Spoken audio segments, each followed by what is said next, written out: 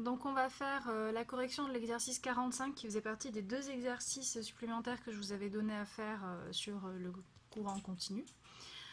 Dans la première question, il vous fallait faire le schéma électrique qui correspondait à une guirlande de Noël.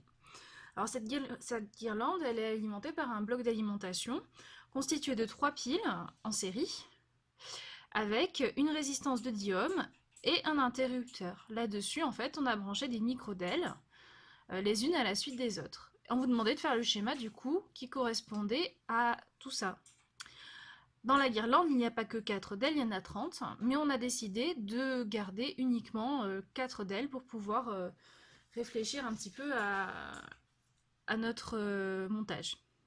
Première des choses, on va mettre nos 3 piles de 1,5 volts chacune, montées en série. Alors montées en série, ça veut dire qu'elles vont être dans la même maille en fait, dans la même branche.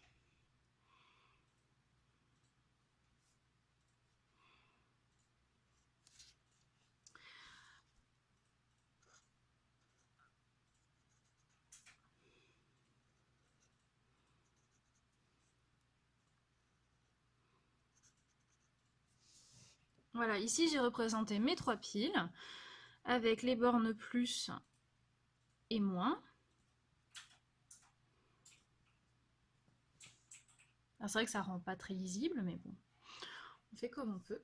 En série avec ça, on a un interrupteur, ici, et une résistance, R, de 10 ohms.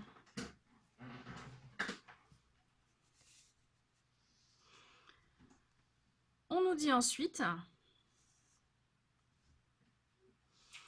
que aux bornes de ce bloc d'alimentation, on a des DEL qui sont montés en dérivation. Alors on va placer la première DEL.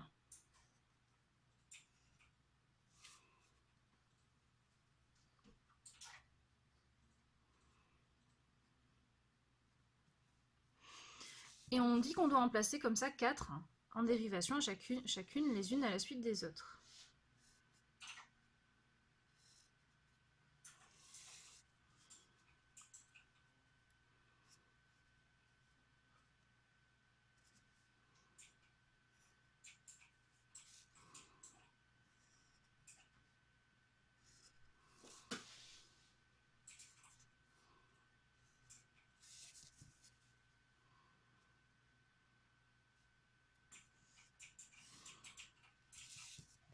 Hop.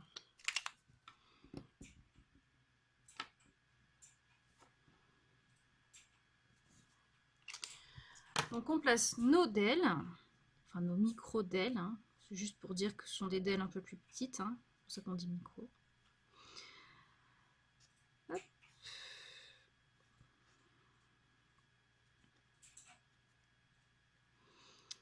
Et la dernière ici. En tout, on en a 30 en fait. Ce qui se passe, c'est que là, ça continue et on va continuer à mettre des DEL les unes à la suite des autres. Donc on a fait notre schéma. Ce qu'on peut d'ores et déjà faire, c'est flécher l'intensité du courant, I. Alors ici, I, il va partir de la borne plus pour aller vers la borne moins. Évidemment, une fois que l'interrupteur est fermé, hein. Il arrive ici, et puis il va se séparer une première fois, puis encore à nouveau, et ainsi de suite.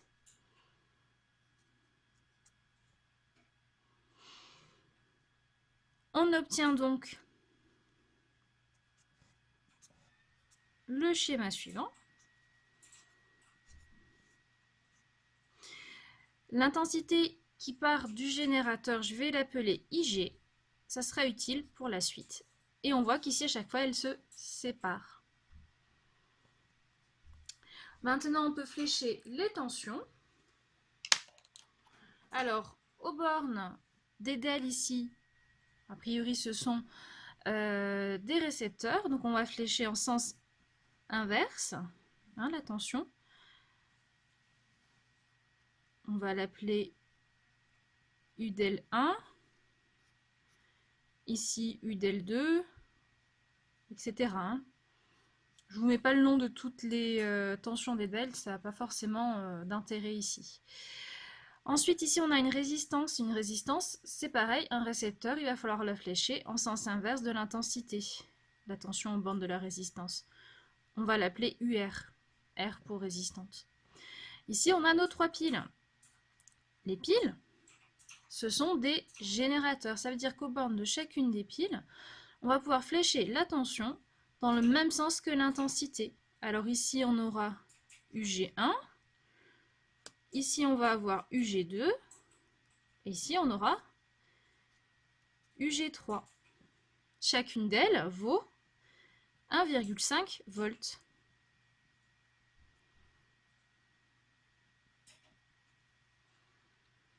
Voilà, c'est tout pour ce schéma.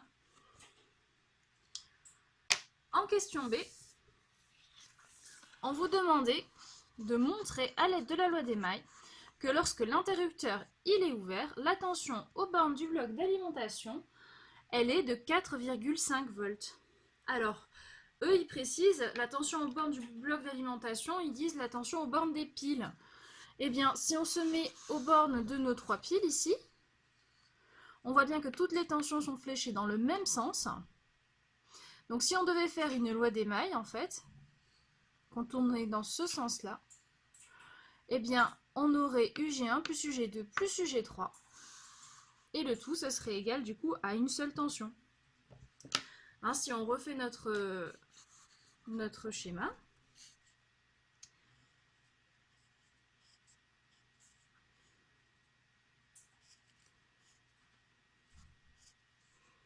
ça nous donne quelque chose comme ça. Et nous, on veut la tension affichée par le voltmètre quand on le branche comme ceci.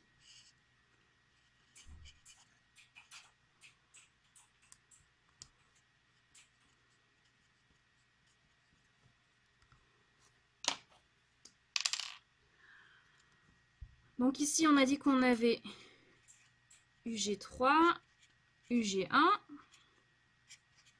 UG2, pardon, et UG1.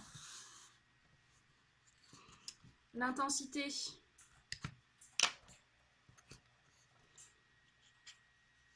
elle passe dans ce sens-là.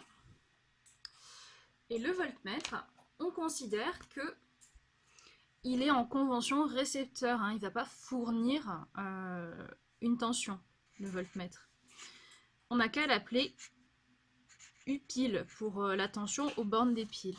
Eh bien, si on se place dans cette maille-ci, on peut définir un sens de circulation.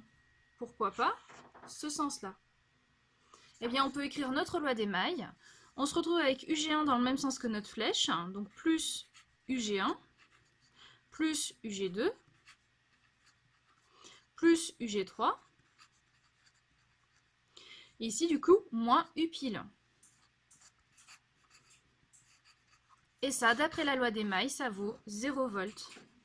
Nous, on cherche U pile. Ça nous donne donc U pile qui est égal à UG1 plus UG2 plus UG3. Et donc, c'est égal à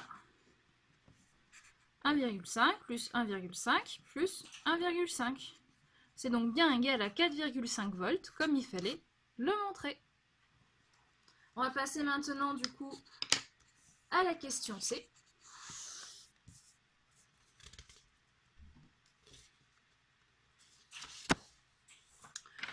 On nous dit qu'en 30 heures de fonctionnement, aux bornes des piles, on obtient plutôt, maintenant, à la place de 4,5 volts, on obtient 3,9 volts. Comme les piles sont toutes identiques, on nous demande la tension aux bornes d'une seule pile. Eh bien, tout à l'heure, on a pu écrire que U pile, c'était égal à UG1 plus UG2 plus UG3. Et chacune d'entre elles était égale. Eh bien, ça revenait du coup à dire que U pile, comme toutes les piles sont identiques, c'est égal en fait à 3 fois UG1. Et 3 fois UG1, nous on nous dit que c'est égal à 3,9 volts. On se retrouve donc avec UG1 qui est égal à U pile divisé par 3. On a donc 3,9 divisé par 3, ce qui nous donne 1,3 volts.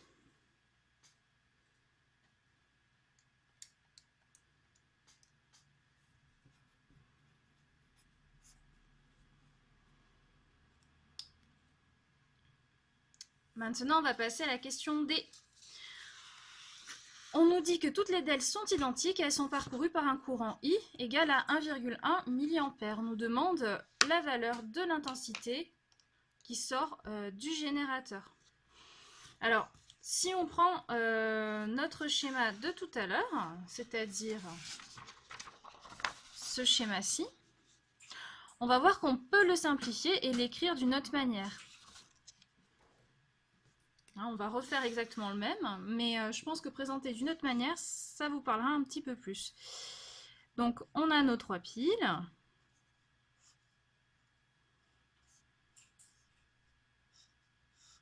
L'interrupteur, la résistance.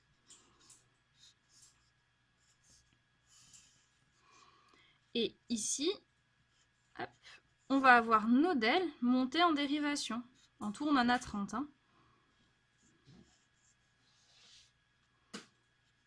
En fait, ça revient à dire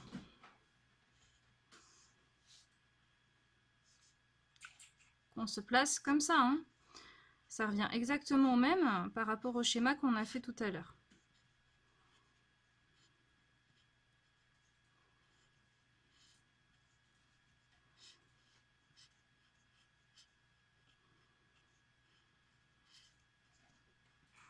Et là, on continue parce qu'en tout, on en a 30 des DEL. Donc, plus, moins, plus, moins, plus, moins. On a dit que nous, on avait l'intensité IG, c'est-à-dire I générateur qui arrive ici. Et en fait, elle va se séparer comme ça à chaque fois. Donc on a l'intensité IG qui vient se séparer à chaque fois qu'on va trouver un nœud. Alors on nous dit que les DEL sont toutes parcourues par un courant I égale à 1,1 mA. Donc celle-ci est parcourue par I. Ça veut dire que là, il me reste IG moins I. Qui vient ici se séparer, qui donne I dans cette branche-là. Ici, on a IG, du coup, moins 2I. Et ainsi de suite. On nous demande IG combien il vaut. Eh bien, on sait qu'en tout, on a 30 DEL qui sont identiques entre elles. Eh bien, on va se retrouver en fait avec, à la fin, IG, quand on fait notre loi des nœuds, qui est égal à 30 multiplié par I, 30 fois I. Et donc I qui vaut 1,1 mA, ça fait 30 fois 1,1 mA. Ça nous donne du 33 mA. IG ici, il vaut 33 mA. Dans la question E, on nous dit que au fur et à mesure de l'utilisation de la guirlande, certaines DEL finissent par lâcher. Il en manque 7. On nous demande la valeur maintenant de I générateur.